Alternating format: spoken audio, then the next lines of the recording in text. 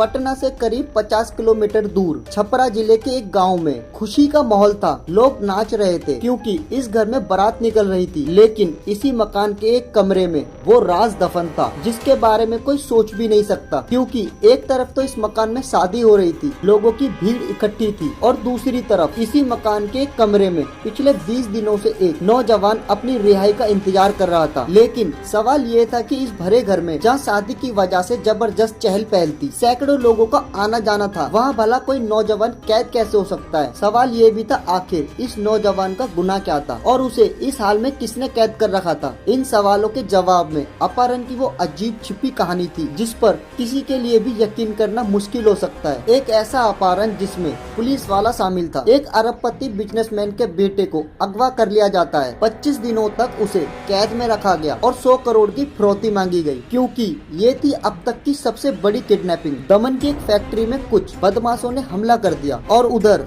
सूरत के एक परिवार में सन्नाटा छा गया, क्योंकि बदमाशों ने इस घर के नौजवान बेटे को किडनैप कर लिया था। लेकिन इसके बाद बदमाशों ने इस परिवार के सामने जो मांग रखी, वो मांग अब तक ना तो किसी ने रखी थी और ना ही सुनी थी। अमीर बिजनेसमैन हनीफ हिंगोरा के बेटे सुहेल हिंगोरा को उन्हीं की फैक्ट्री से हथियारबंद गुंडों के एक गैंग ने तब अगवा किया जब वो रोज की तरह फैक्ट्री का काम संभालने पहुंचा था। इस वारदात ने सूरत के रहने वाले हिंगोरा परिवार को बेचैन कर दिया था। ये उनके लिए एक बहुत बड़ा झटका था। नौजवान सुहेल जितना तेज तर्राक था उतना ही स्मार्ट भी। वो कराटे का ब्लैक बेल्ट होल्डर था, लेकिन हथियारों से लैस गुंडों के आगे उसकी एक न चली और अगले चंद मिनटों में उसे उठाकर बदमाश दमन से दूर ले गए। इसके बाद जब देर तक सोहेल वापस नहीं लौटा तो घर वाले पुलिस वालों के पास पहुंचे, लेकिन दमन पुलिस भी सोहेल के बारे में कोई खास पता नहीं लगा पाई। इसी बीच 2 दिन गुजर गए और फिर वही हुआ जिसका डर था। अब कुछ अनजान नंबरों से सोहेल के पिता हनीफ हिंगोरा के मोबाइल पर फोन आने लगे। कॉल करने वाले ने कहा, तुम्हारा बेटा सोहेल हमारे कब्जे में है, अगर उसकी खैरियत चाहते हो तो 100 करोड़ का इंतजाम कर लो। इधर तुमने पैसे दिए और उधर तुम्हारा बेटा वापस लौटा दिया जाएगा, और हाँ, अगर तुमने कोई चालाकी करने की कोशिश की तो नतीजा ठीक नहीं होगा। ये बात सुनते ही हिंगोरा परिवार में सन्नाटा छा गया। सोहेल के पिता हनीफ हिंगोरा के पैरों तले जमीन खिसक गई। अब घर वालों को ये बात समझ में आ गई थी कि उनके लाडले बेटे को अगवा कर लिया गया है और बेटे की रिहाई का बस एक ही रास्ता है, और वो है किडनैपर्स की मांग को पूरी करना। लेकिन ये मांग जितनी बड़ी थी उसके बारे में सोचकर भी हिंगोरा परिवार के पसीने छूट रहे थे। अब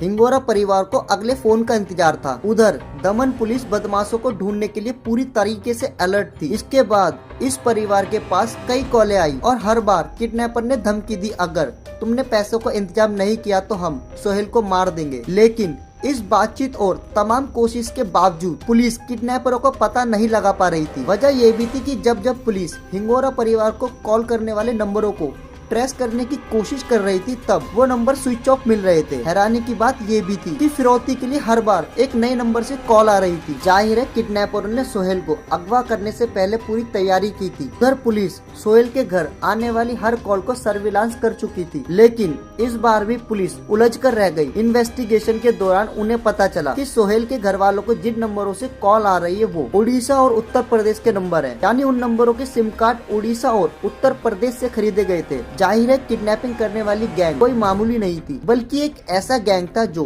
दमन से लेकर उड़ीसा और उत्तर प्रदेश तक फैला हुआ था। और तमाम कोशिशों के बावजूद सोहेल के असली ठिकाने के बारे में पुलिस कोई पता नहीं लगा पा रही थी। इस बीच एक लंबा समय गुजर गया और तभी एक ऐसी बात हुई जिसने हिंगोरा परिवार को चौंका दिया। अब उनके बेटे की लौटने की उम्मीद उन्हें नजर आने लगी थी। अब सोहेल को अगवा हुए तकरीबन 1 महीना गुजर चुका था और इस बीच घर वाले लगातार किडनैपरों से फिरौती को लेकर बात कर रहे थे, क्योंकि हिंगोरा परिवार अमीर तो था मगर इतना भी अमीर नहीं था कि वो 100 करोड़ रुपए की फिरौती इतनी आसानी से दे दे। उधर इतने दिनों से हिंगोरा परिवार से बातचीत करते करते बदमाशों को भी पता चल गया कि उनका शिकार 100 करोड़ रुपए नहीं दे पाएगा। इस बीच घर वालों ने किडनैपर को तकरीबन 9 से 25 करोड़ रुपए के बीच कोई रकम देने की हामी भरी और बदमाशों ने इस रकम के बदले सोहेल को रिहा करने का फैसला सुना दिया। महीने भर बाद हिंगोरा परिवार की खुशी वापिस लौट रही थी और बदमाशों ने सोहेल की रिहाई के लिए जो जगह बताई उसने एक बार फिर हिंगोरा परिवार को घुमा दिया। बदमाशों ने कहा कि फिरौती चुकाने पर सोहेल की रिहाई पटना के गांधी सेतु के पास होगी। तो क्या सोहेल इतने दिनों तक कहीं बिहार में छुपा के रखा गया था? वो वक्त भी आ गया जब घर वालों की मुराद पूरी हुई। सोहेल को पटना के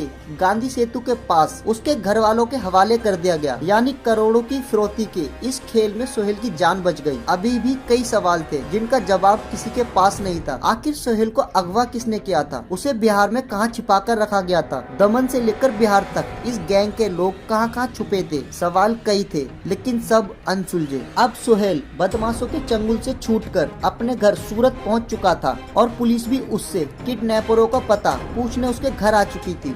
वैसे तो किडनैपिंग के समय बदमाशों ने उसे नशे का इंजेक्शन लगाकर बेहोश किया हुआ था और महीने भर उसे एक ही कमरे में बंद किया हुआ था। यहाँ तक कि उसे छोड़ने से पहले भी उसकी आंखों पर पट्टी बंधी हुई थी। लेकिन इतना होने के बावजूद सोहेल ने आखिरकार पुलिस वालों को उस घर का पता बता दिया जहाँ वो इतने दिनों तक कैद पड़ा था। सोहेल ने कैद वाले कमरे में लगे टेलीविजन सेट के डिस्कनेक्शन का आईडी नंबर याद कर लिया था और 10 डिजिट का ये आईडी नंबर पुलिस के लिए सबसे बड़ा सुराग साबित हुआ। बस इसी एक लिंक के सहारे पुलिस छपरा चतुरपुर गांव के इस मकान तक पहुंच गई और सोहेल के बताए मुताबिक इस कमरे में छिपाया गया उसका रुमाल और आईडी कार्ड भी पुलिस ने यहाँ से सबूत के तौर पर बरामद किए। पुलिस ने यहाँ से रंजीत नाम के एक नौजवान को धर दबोचा। उसी रंजीत को जिसकी सोहेल के यहाँ कैद रहने के दौरान शादी हुई थी। और कुछ दिनों बाद रंजीत का पिता नागमणि सिंह भी पुलिस के जाल में फंस गया, जो खुद झारखंड पुलिस का सब इंस्पेक्टर था। लेकिन अभी भी इस मामले में पुलिस को रंजीत के 2 भाइयों दीपक सिंह और सोनू सिंह समेत कई बदमाशों की तलाश है, जिन्होंने